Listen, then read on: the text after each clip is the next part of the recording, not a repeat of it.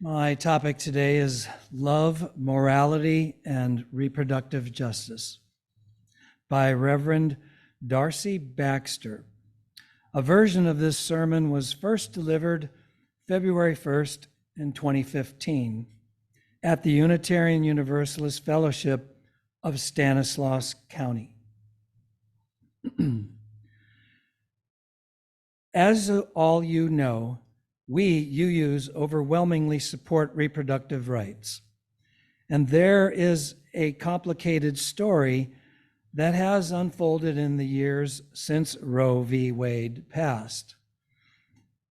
One of our struggles as UUs is how to answer that question we get asked.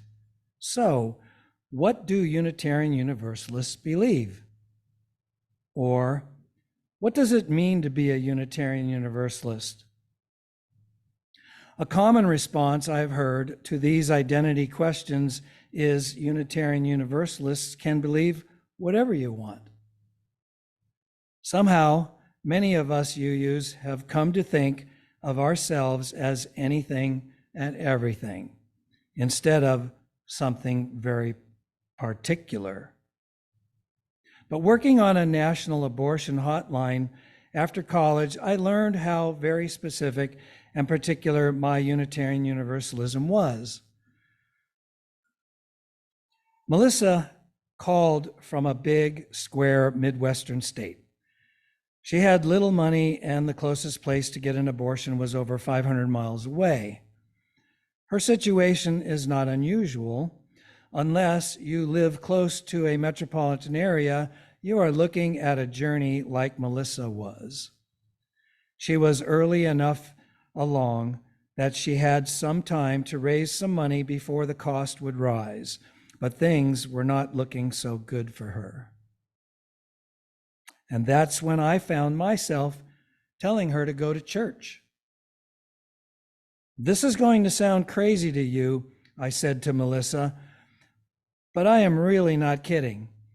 There is a Unitarian Universalist church about 100 miles from you. Call there.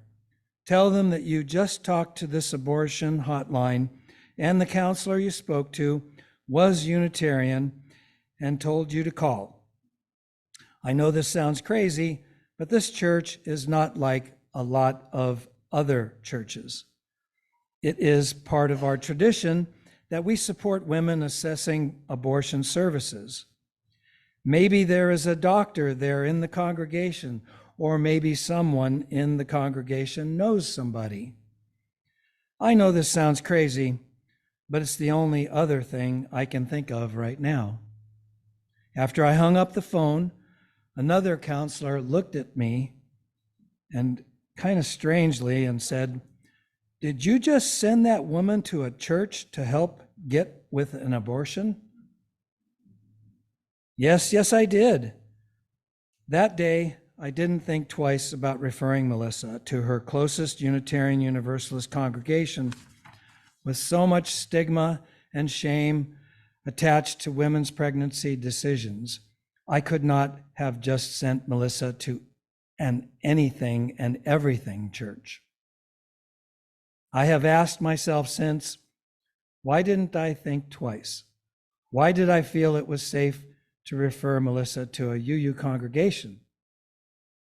I could cite to you the 10 resolutions our congregational delegates have passed in support of women's access to abortion care at UU General Assemblies.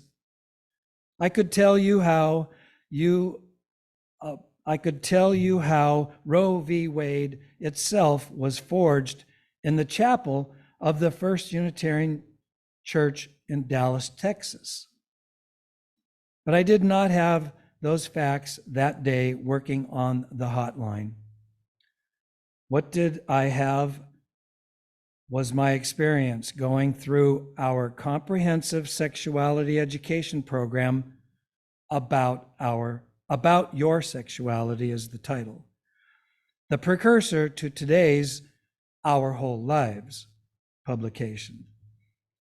I trust UU's with women's well-being because when my friends were going to church for confirmation classes, first communions, bar and bat mitzvahs, I was going to church to learn about sexuality, power, protection, and yes, to learn about abortion as an option for folks dealing with unintended or complicated pregnancies. What I did have was my father's upbringing in a Unitarian church that provided the local Planned Parenthood with their first home. What I did have was being raised in a Unitarian congregation where my minister, Reverend Nick Cardell, was one of the many UU clergy who was part of the clergy consultation service, a network of clergy who referred women to illegal but safe abortion providers in the days before Roe v. Wade. What I had those days working on the hotline and these days preaching out in the world is the lived, embodied experience of growing up in UU communities. Growing up UU did not teach me anything and everything. It taught me something. It taught me to be someone very particular. According to my grandmother, the one who first joined the UU Church in Rochester, I likely have some ancestors who walked off the Mayflower. My family lineage, from those Puritans to my parents, show that I am so white Anglo-Saxon Protestant, I am so waspy, that if you stand next to me quietly, you just might actually hear me buzz. Wasps buzz, right? It's not just bees. If you come from wasps, buzz with me. Unitarian Universalism is a religious tradition born from mostly white English Puritans that stumbled off the Mayflower. It is a religious tradition born from the people that eventually rebelled against those traditional white Calvin Puritans. Our particular religious heritage is the culture from which much of our legal system was created, the culture people consider dominant American culture.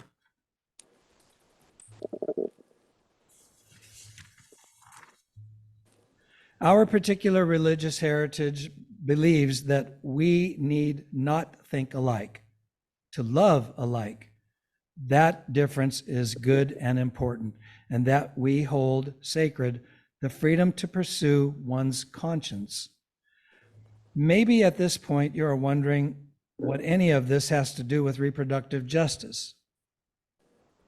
Heck, maybe you are wondering if I'm ever going to tell you what exactly reproductive justice is.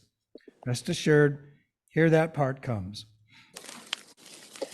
Loretta Ross, a scholar, activist, and movement leader, could be considered the godmother of the reproductive justice movement. Many of the stories that are told about reproductive justice come from Miss Loretta Ross. 2 years ago, I was at a conference with her, and during one of the plenary sessions, Miss Ross got up and asked this question: why is it the only folks that are proud of being white are neo-Nazis and white supremacists? What about healthy whiteness? Indeed, where are the healthy white folks? The white folks working for justice with humility, resilience, and perspective. White folks grounded in their own stories and heritages without being mired down and paralyzed in guilt.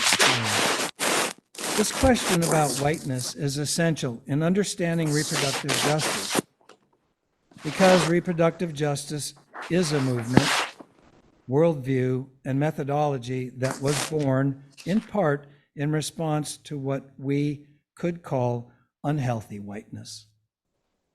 Reproductive justice emphasizes that everything is connected and insists that people refuse to isolate or pit important social issues against each other. Instead, reproductive justice advances human rights across the interdependent web of social justice issues.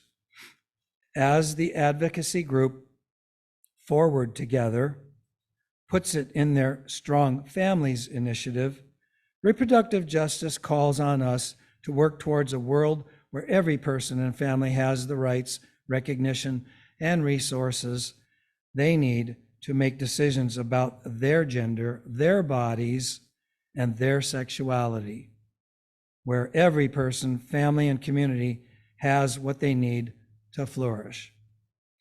Notice that in this definition, there is no specific mention of abortion. Notice that my opening story, the story that this WASPy minister opened with, is about abortion. While legal abortion is essential for our families to flourish, it is not sufficient. Legal abortion alone does not guarantee that every person, family, and community have what they need to flourish. Women of color leaders, like Loretta Ross, found that many of the reproductive rights organizations were hyper-focused on legalized abortion and ignoring so many other realities and experiences of women and families. And even if abortion is legal, it may not be accessible, which is the situation Melissa was in. Do you have the money to pay for it? Do you have a ride to the clinic? Is there a clinic you can even drive to? Can you get time off of work? Do you have a babysitter for your children? If you have children, are they growing up in an environment with adequate health care and education?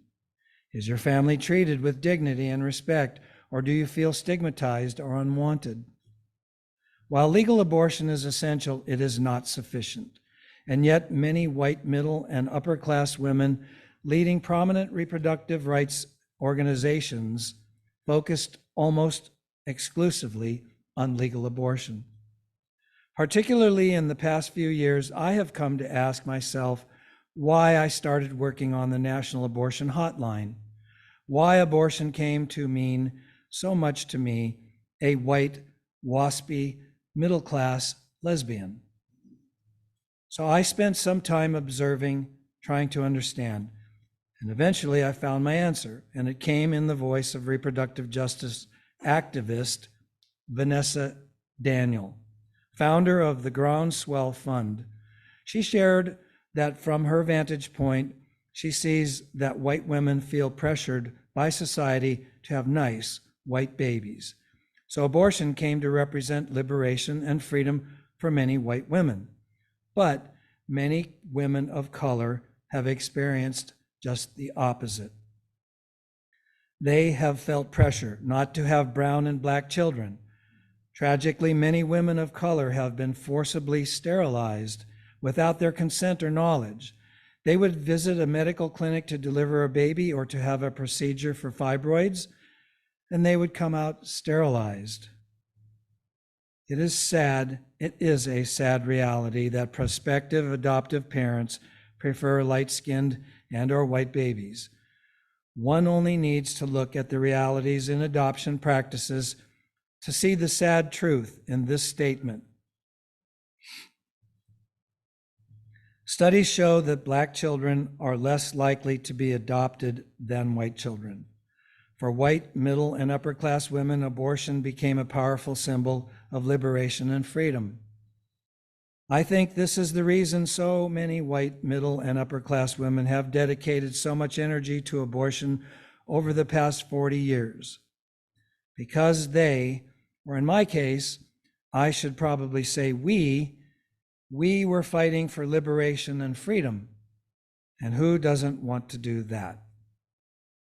But I think we middle and upper class white folks forgot that what was liberation and freedom for some of us, a very particular and specific group of people, was not liberation and freedom for all. We forgot that we were not anything and everything. We, white reproductive rights leaders, were very specific and very particular.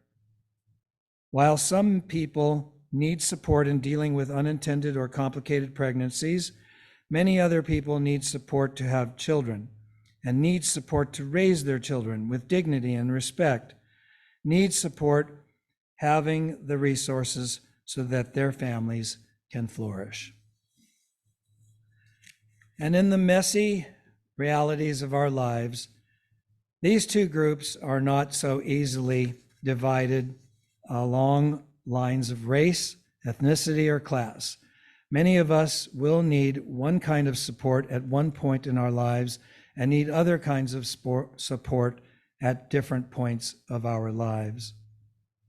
We need many symbols and methods of liberation. We all need a whole lot of ways to be free and flourishing. We all need so many kinds of love. What is the role of liberal religion and Unitarian Universalism in the movement for reproductive justice? We need to be church folks who know our stories, who know where we come from and why we believe the things we do. We need to stop saying, you can believe anything. We need to be the church folks who say, the next time Miss Loretta Ross asks, where are all the healthy white folks? The church folks who say loudly and proudly, specifically and particularly, a whole bunch of us are right here. May it be so. Blessed be.